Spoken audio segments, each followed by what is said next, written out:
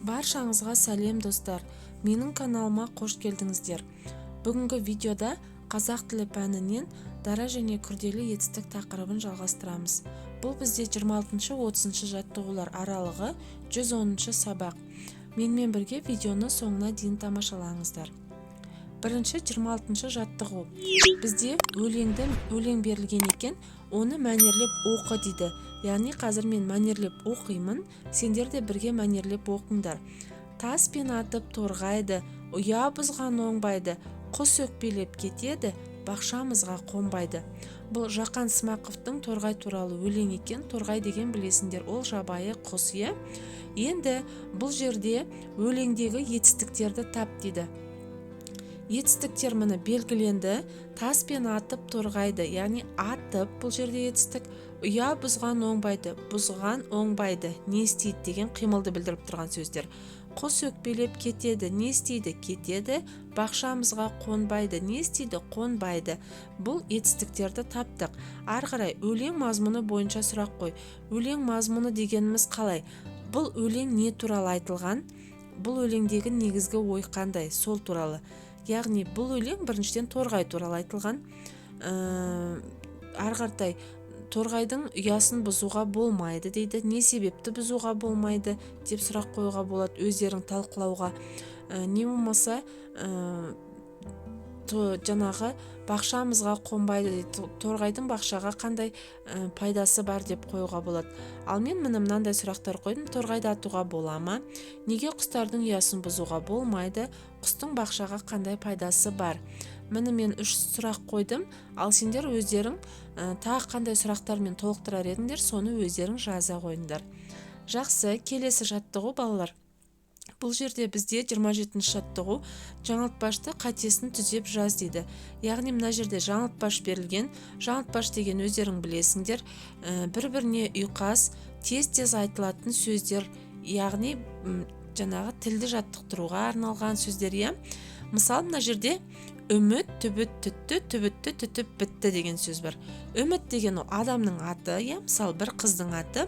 Ал түбіт деген ол балалар ешкінің жүнін айтады, түбіт деп айтады. Ешкінің жаңағы бағалы бір ешкілер болады, солардың жүнін түбіт деп айтады екен. Түбіт деген өте майда, жаңағы нәски тоқуға, аяққа, үстіге жылы киімдер тоқуға өте жақсы жүн екен.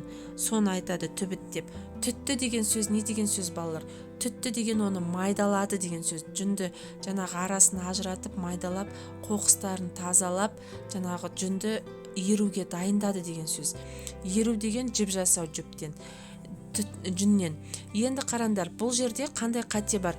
Үміт деп айтылады, естіледі үміт деп.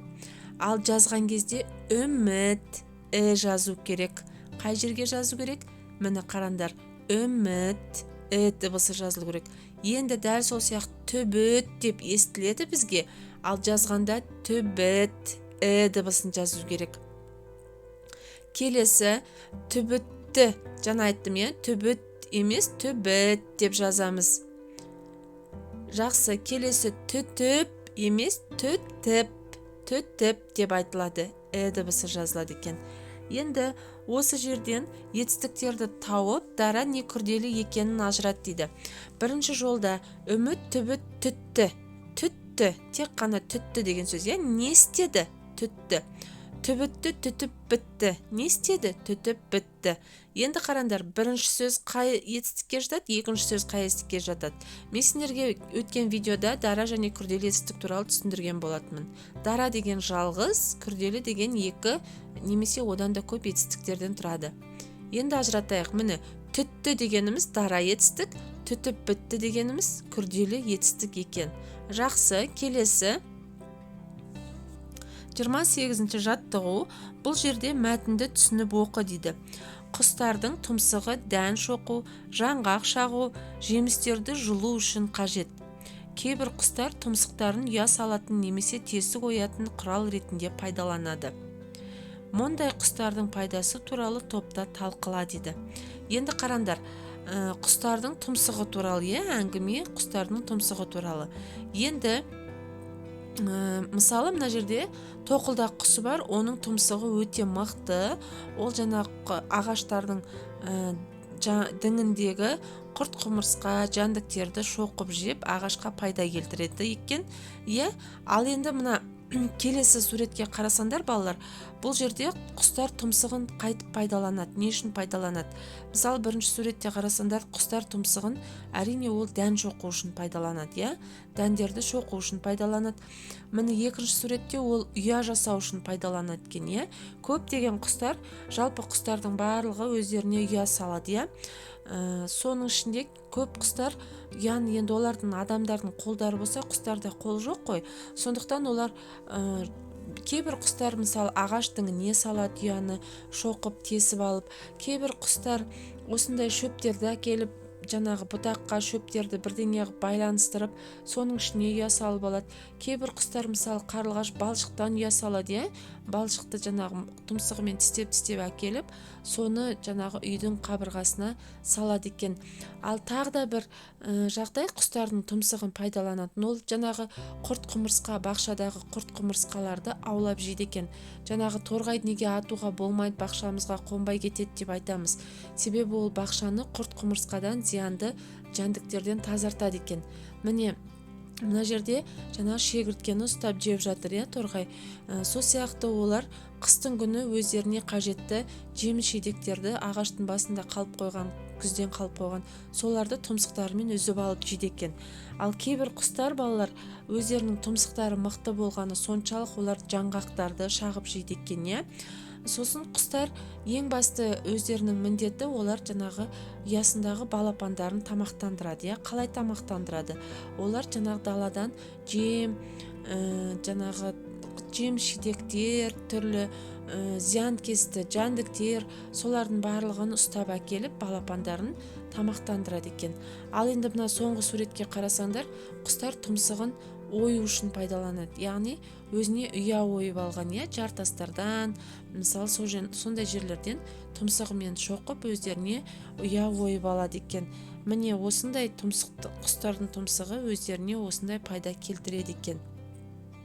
Жақсы, келесі 29-шы жаттығу дейді. Бұл жерде өз аулаңдағы құстарды бақыла, сонда байқағаның туралы шағын мәтін құрап жаз. Енді балалар қараңдар, сендер маған бүкіл Қазақстанның түкпір-түкпірінен жазып жатсыңдар, жазылғансыңдар, иә.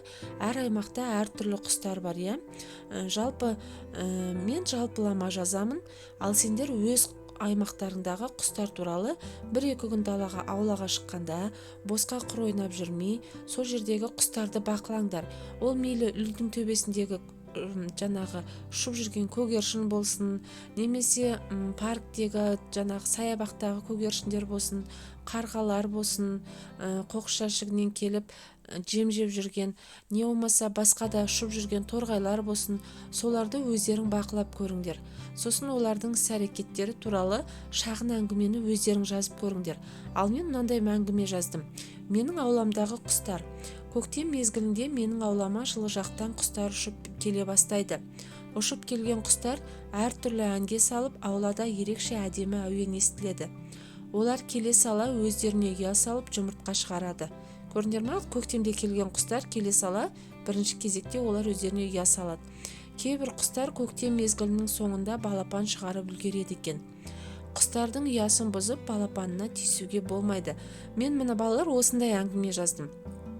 Ал сендер бір белгілі бір құсты жазсаңдар, мысалы аулаларында көгершін бар, иә, сол көгершін туралы жазсаңдар болады. Мысалы көктем мезгілі келді, көгершіндер осындай дауыс шығарып жүр, олар осылай үйдің төбесінде қаптап отыр, не болмаса жердегі жаңағы дәндерді аулап жеп жүр, ұстап жеп жүр, зиянкестерді, дәндерді шоқып жеп жүр деген сияқты өздеріңе көгершін туралы, немесе торғай туралы, қарға туралы, немесе жылы жақтан ұшып келген құстар туралы жазсаңдар болады. Міне әңгіме жалпы шағын әңгіме деген адамға түсінікті, қысқа да нұсқа болу керек. Жақсы, келесі Балалар, бүгінге соңғы жаттығу бұл енді не істеді, қайтеді сұрақтарына жауап беретін сөздерді топтастырып себебін дәлелде. Енді қараңдар, қайталады, саңқылдады, шықылықтайды, қиқулайды, кейді, ойлады. Енді мен қазір осыларды екі сұрақтың астына топтастырамын, не себепті екенін түсіндіремін. Қараңдар, не істеді, қайталады, не істеді, кейді, не істеді, ойлады, не істеді, саңқылдады. Ал енді қараңдар, бұлар өткен шақта болуы мүмкін, е? Кеше, мысал кеше оқушы сабақты қайталады. Кеше інім жылы киімін киді.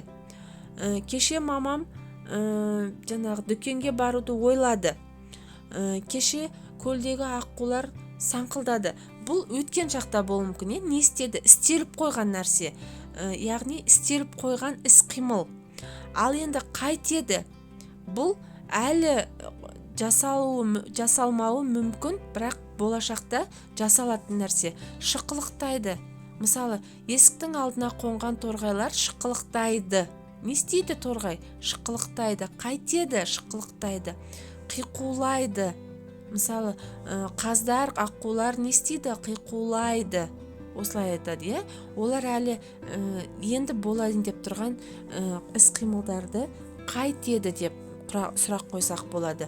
Ал болып қойған өткен шақта айтылып тұрған іс-қимылдарға не істеді деген сұрақ қойсақ болады екен. Жақсы балалар, осымен бүгінгі видео аяқталды. Сендерге жалпы бүгінгі тапсырмалардың барлығын анықтап түсіндіре алдым деп ойлаймын. Менің каналым сендерге ұнаса, лайк басып, комментарий жазып, менің каналыма тіркелуді ұмытпаңдар. Және видеоларды басынан аяғына дейін толығымен көрсеңдер, сендерге өздеріңе түсінікті болады. Келесі видеоларда кездескенше балалар, сабақтарыңды жақсы оқыңдар.